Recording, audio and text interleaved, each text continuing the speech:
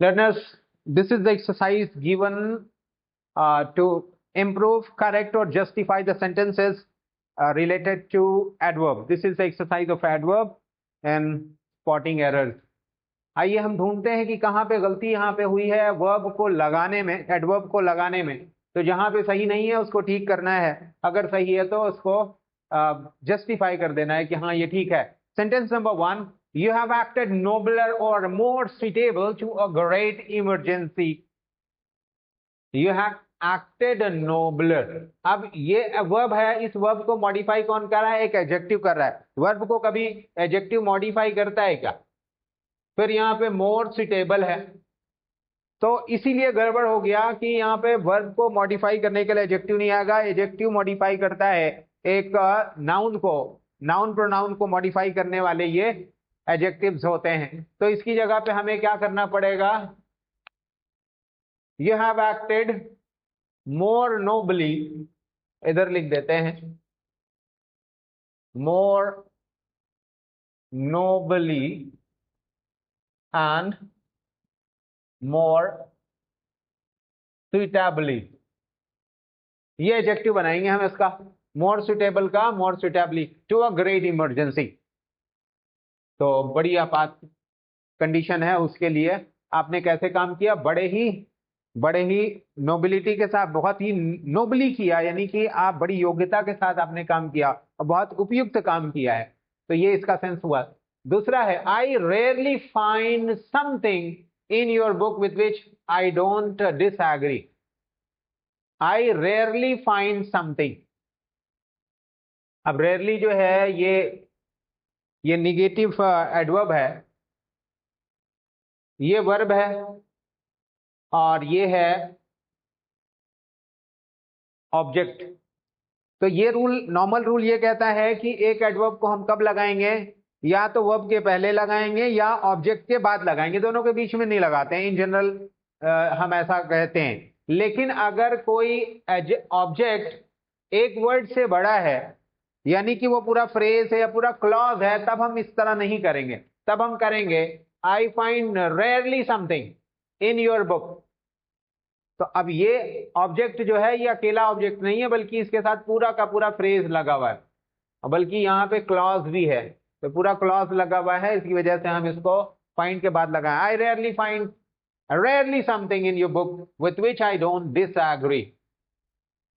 Rarely यहां लग जाएगा। नेक्स्ट है one kind of grain was only allowed to be grown. Only और इवन ठीक उसी के पहले लगते हैं जिसको ये मॉडिफाई करते हैं। तो अब यहां देखेंगे one kind of grain was only allowed to be grown. एक ही प्रकार का, सिर्फ एक प्रकार का अनाज वो उगाने के लिए इजाजत थी या अलाउड था। तो यहां पे हम ओनली को कहां लगाएंगे? यहां पे लगाएंगे। Only one kind of grain was allowed to be grown. Next है I was very surprised at the news. I was very surprised. Rule में आपको बताया था कि वेरी और मच किसके साथ लगते हैं? वेरी लगता है प्रेजेंट पार्टिसिपल के साथ में, और जैसे वेरी इंटरेस्टिंग। लेकिन अगर ये पास्ट पार्टिसिपल है तो इसके साथ वेरी ना लगा करके हम लगाते हैं much. Much surprise, not very surprise. I am much surprised at the news. I am so tired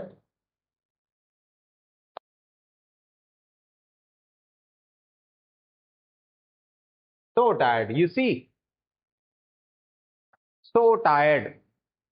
आप जानते हैं यहां पर जब रूल आया था so को यूज करने का, तो ये बताया था कि so यूं ही नहीं आ जाता है, बल्कि ये कोरिलेट करता है और इसके बाद कुछ और कोरिलेटिव कंजंक्शन इसके साथ में लगा रहता है, दैट लगा के हम इसको यूज करते हैं। लेकिन जहां पर ऐसा नहीं है तो हमें क्या यूज करना चाहिए?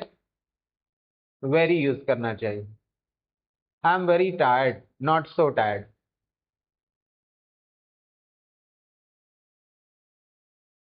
इधर लिख देते हैं मच, यहां पे लगाना है वेरी की जगह पे। और यहां सो की जगह पे वेरी को यूज करना है।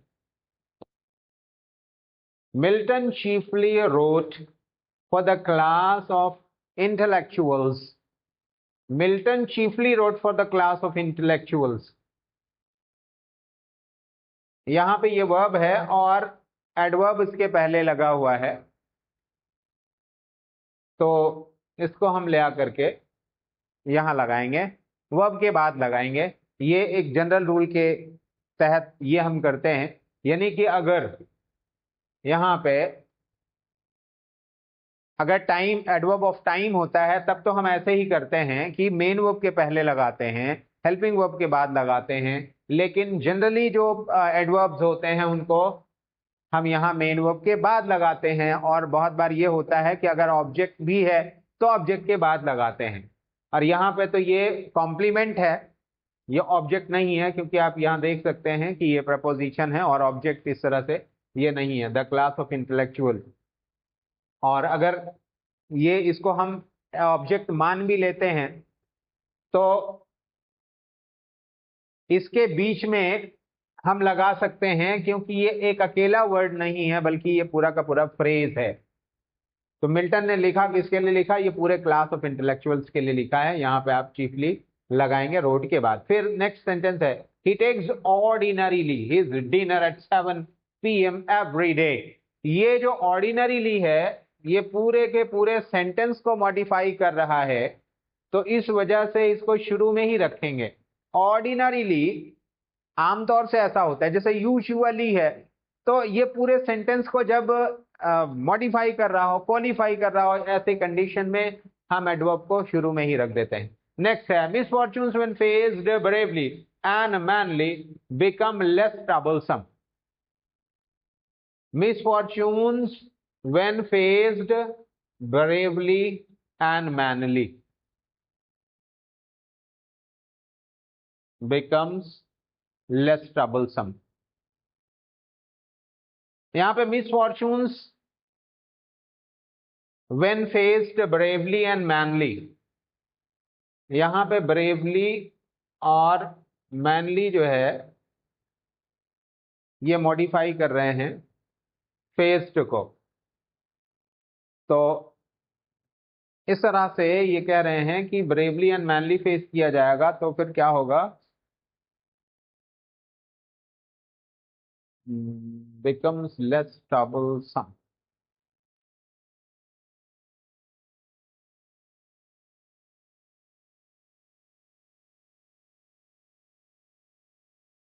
Okay, let's do next one. He only came to school this term। अब only ठीक उसी के बाद आता है, उसी के पहले आता है जिसको ये मॉडिफाई कर रहा है। ये जिसको मॉडिफाई करेगा ठीक उसके पहले आएगा। He only came to school this term, तो दिस टर्म जो है इसके पहले यहां पे इसको लगाना चाहिए, he came to school only this term, सिर्फ इस टर्म आया है बस।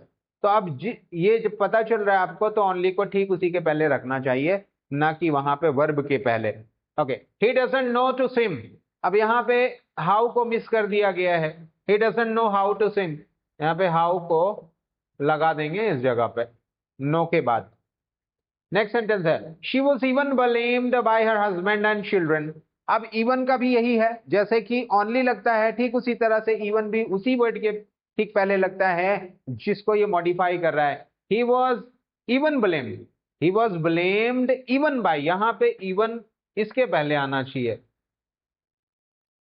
यानी इनके द्वारा भी जो बच्चे हैं और उसके पति हैं उन्होंने भी उस पर इल्जाम लगा दिया, तो इवन को ठीक इसके पहले bye her husband and children, तो बाई के पहले इसको लगाएंगे, तब ये सही पोजीशन इसकी होगी, अदरवाइज ये गलत हो जाएगा जो वहां पे जहां लगा हुआ है। I never spoke to him this morning. अब नेवर का मतलब तो होता है कभी नहीं, और ये सुबह, इस सुबह हमने कभी नहीं बोला। कभी तो एक लंबा पीरियड होता है, उसको देखते हुए होता है कि वो चीज कभी नहीं हुई। यहाँ पे नॉट की जगह पे नेवर को लगा दिया गया जो सही नहीं है, तो इसको हम चेंज करेंगे। ही डिडंट स्पीक, इसको चेंज करेंगे तो क्या बन जाएगा, ही डिड नॉट, ये जो स्पोक लिखा हुआ है हो जाएगा speak. He didn't speak to him this morning. अब ये सेंटेंस सही हो गया है।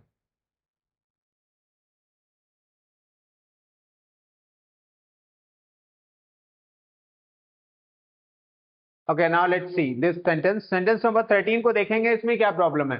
He was too exhausted. Too जब लगा देते हैं इट मीन्स कि बियॉन्ड प्रॉपर लिमिट, एक लिमिट से हद से बहुत ज्यादा कोई चीज हो जाती है। वो बहुत ज्यादा थका हुआ था। व्हेन ही गॉट होम, जब वो घर आया। तो यहाँ पे कहना चाहते हैं बहुत ज्यादा थका था, ये नहीं कि वो बियॉन्ड द लिमिट थका हुआ था कि वो आ ही नहीं सका। तो जब इस तरह लग जाए he was too exhausted to come, इस तरह से कहेंगे तब ये सेंटेंस सही हो सकता है उस कंडीशन में। आने के लिए बहुत थका था, यानी इतना थका था कि आ नहीं सका, तो निगेटिव सेंस इसका होता है। लेकिन यहाँ पे बताना क्या है, बहुत ज्यादा थका था, तो इसकी जगह पे आप लगाएंगे वेरी एग्जॉस्टेड या मच एग्जॉस्टेड। यहाँ पे चूंकि ये पास्ट पार्टिसिपल है, तो यहाँ पे इसको मच एग्जॉस्टेड करेंगे, तब ये ज्यादा सही होगा। He was much exhausted when he got home. I never remember to have seen a more exciting cinema film. I never remember, मैं कभी याद ही नहीं करता। तो यहाँ पे इसका लगने का मतलब ही उल्टा हो जाता है, गलत हो जाता है। I never remember, मैं कभी याद ही नहीं, बल्कि कहना यह है मुझे याद नहीं है कि मैंने कभी इस तरह का एक्साइटिंग सिनेमा देखा है। मुझे कभी याद नहीं है, बल्कि होना चाहिए मुझे याद नहीं है कि कभी मैंने देखा है। तो दोनों को एवर और नॉट को इकट्ठा करके नेवर आप नहीं कर सकते हैं। यहां पे नॉट अलग रहेगा।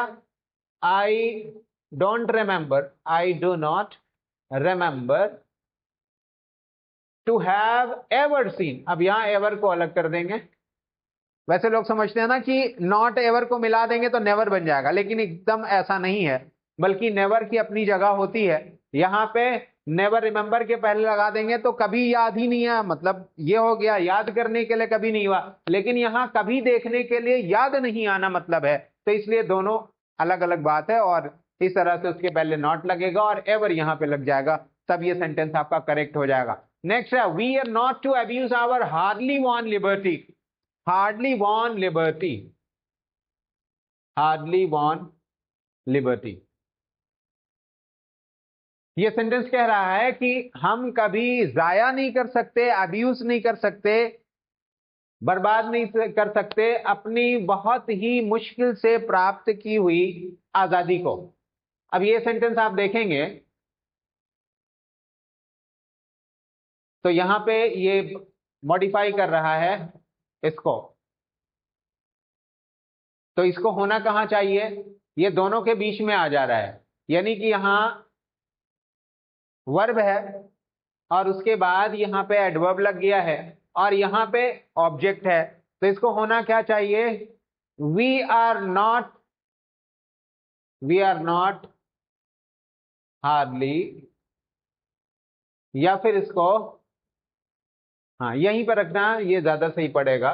We are not hardly to abuse. ये दो दो निगेटिव हो जा रहे हैं, इसलिए ये भी सही नहीं पड़ रहा है। We are not to abuse our hardly won liberty. This is also not correct like that. Okay, next one. The officer was much angry with him. Much angry, much का यहाँ पे कोई काम नहीं है क्योंकि ये पास्ट पार्टिसिपल तो है नहीं। much angry यहाँ पे लगाएंगे तो very angry ये ज्यादा सही पड़ेगा, जो इसको मॉडिफाई करेगा, क्योंकि इंटेंसिटी जो हम बता रहे हैं वो वेरी से ज्यादा सही पड़ती है। और जब पास्ट पार्टिसिपल होता है तो उसमें हम मच लगाते हैं, इसको पहले भी बता चुके हैं। नेक्स्ट वन है, he has no time for reading newspaper and no desire neither.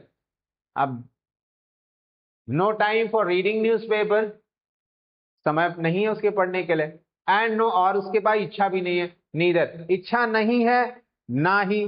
तो यहाँ पे नीदर का मतलब तो गलत हो गया, क्योंकि यहाँ पर निगेटिव पहले से ही है, तो इसको होना क्या चाहिए, इधर। एंड नो डिजायर इधर, और उसकी इच्छा भी ये नहीं है, ना तो वो समय पाता है, ना तो समय है, और ना इच्छा ही है, दोनों नहीं है। तो इसके लिए इधर यहाँ पे यूज करेंगे नीदर की बजाय। ही केम क्विकर देन आई थॉट। अब यहाँ पे ये एडजेक्टिव है, केम क्विकर, वो आया बहुत तेजी से, ज्यादा तेजी से, यानी कंपैरेटिव में है। तो वर्ब को मॉडिफाई करने के लिए एडजेक्टिव कहाँ लगाते हैं? एडवर्ब लगना चाहिए। तो होना क्या चाहिए? ही केम मोर क्विकली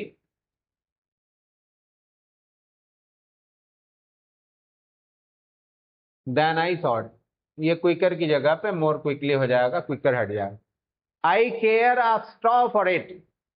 अब जहां नॉट चाहिए वहां नॉट ना लगेगा तो ये सेंटेंस गलत माना जाएगा। तो नॉट को यहां इसके पहले लगाए, I care not a straw for it. इसकी जगह पे हम स्ट्रॉ नहीं पसंद करेंगे, नहीं चाहेंगे, नहीं लेना हमें चाहिए इसको। My wife the health has been too good. Too good, मैंने पहले भी बताया कि टू जब लगाते हैं तो टू का मतलब होता है बियॉन्ड प्रॉपर लिमिट। अब जब कोई चीज बियॉन्ड प्रॉपर लिमिट हो जाती है तो उसके आगे फिर और पता चलना चाहिए ना कि लिमिट से ज्यादा हो गई तो फिर क्या हुआ, यानी निगेटिव सेंस इसके पीछे होता है, तो इसको हम नहीं लगाएंगे, इसको वेरी लगा करके बोल देंगे। और इस तरह से ये एक पॉजिटिव एडजेक्टिव के लिए हम इस एडवर्ब को यूज कर लेंगे, वेरी को। I meet often near the railway station. यहां पे देखेंगे ऑफन एडवर्ब ऑफ टाइम है, इसको कब लगाया जाता है? वर्ब के पहले। I often meet near the railway station, शुरू में ही ये रूल बताया गया था। He always is melancholy. अब आप देखेंगे कि जब इस एम आर जैसा, यानी कि जब मेन वर्ब की ही तरह से हेल्पिंग वर्ब यूज किया जा रहा हो तो उसके बाद आपको एडवर्ब ऑफ टाइम लगाना है। He is always melancholy. अब ये सही होगा जब इसको इसके बगल में रख देंगे। The dead are peacefully sleeping in their graves. The dead are, आप देख रहे हैं यहां पे आर स्लीपिंग, ये एडवर्ब, ये ऐसा एडवर्ब नहीं जो एडवर्ब ऑफ टाइम हो, तो इसलिए इसके बीच में, इस वर्ब के ठीक बाद आप इसको नहीं यूज करेंगे। इसको यूज कहां करना चाहिए? इसको यूज करना चाहिए वर्ब के बाद। वर्ब के बाद यूज करेंगे तब ये सही इसकी जगह होगी। The dead are sleeping peacefully in their graves. तो यहाँ पे ऑब्जेक्ट ये इन द ग्रेव्स है नहीं, ये कॉम्प्लीमेंट है, तो वर्ब के बाद इस एडवर्ब को आप यूज कर सकते हैं। फिर उसके बाद देखेंगे you are enough wise. Enough का रूल आपने देखा था कि जिसके लिए आता है उसके बाद इसको यूज किया जाता है। तो इस एडजेक्टिव को मॉडिफाई कर रहा है तो उसके बाद आएगा कि you are wise enough not to allow him any entry in your house. तुम काफी अक्लमंद हो उसको उसको रोक करके, उसको आज्ञा ना दे करके अपने घर में आने की। Next one, don't wonder but go to him direct. अब यहां पे ये डायरेक्ट क्या है? ये एडजेक्टिव की तरह से यूज किया है, गो डायरेक्ट। तो डायरेक्ट ना होकर के इसको होना क्या चाहिए? Go directly. अब ये एडवर्ब हो गया जो इस वर्ब को मॉडिफाई करेगा, तो एडजेक्टिव मॉडिफाई करता नहीं वर्ब को। Next, no one hardly comes to me these days. No one hardly comes, ये भी निगेटिव, ये भी निगेटिव, दो निगेटिव, यहाँ डबल निगेटिव लग गया है, तो ये सही तरीका नहीं है। इसको होना चाहिए hardly anyone comes to meet me these days. इसको बोलेंगे हार्डली, पहले लिख देंगे हार्डली, अब लिखेंगे एनीवन। अब ये सही सेंटेंस बन जाएगा, hardly anyone comes to meet me these days. Next one, he have carried out faithfully your orders. अब देखेंगे यहाँ पे ये वर्ब है और ये ऑब्जेक्ट है, दोनों के बीच में एडवर्ब आ गया जो कि गलत तरीका है। इसको ले आना चाहिए लास्ट में, यहाँ पे ये हो जाएगा he has carried out your orders faithfully। अब ये सेंटेंस करेक्ट होगा, इसको हटा के यहाँ पे लास्ट में कर देंगे।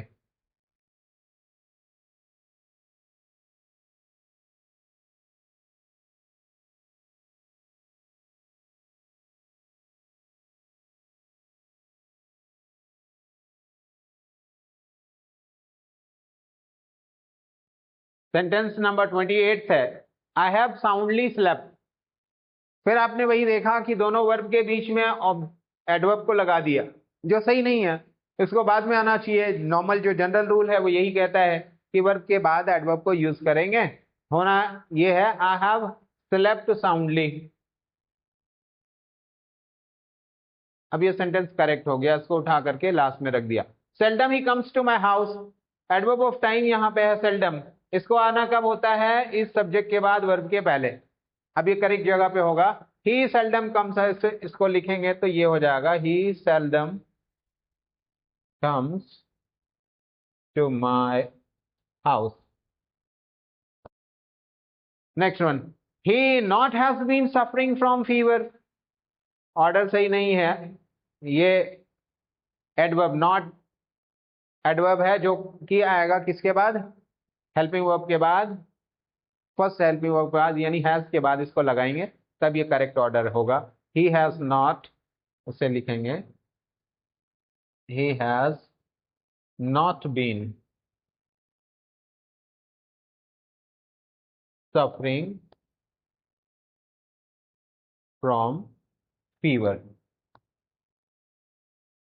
तो अब आपको ये समझ में आ गया होगा कि किस तरह से जो रूल्स हमने बताए थे एडवर्ब के, वो सारे रूल्स, सारे तो नहीं लेकिन most of the rules are covered here in this exercise, and I will ask you to practice more and more to be confident in solving the exercises like this. Thank you, and keep sharing this video to other students who require this.